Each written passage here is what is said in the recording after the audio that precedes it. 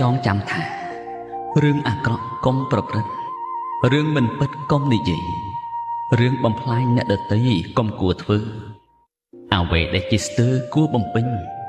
អ្វីដែលតូមនិញគួរលះបង់អ្វីដែលមានចំណងលើទ្រព្យអ្នកដទៃគួរវាចាក់ចេញ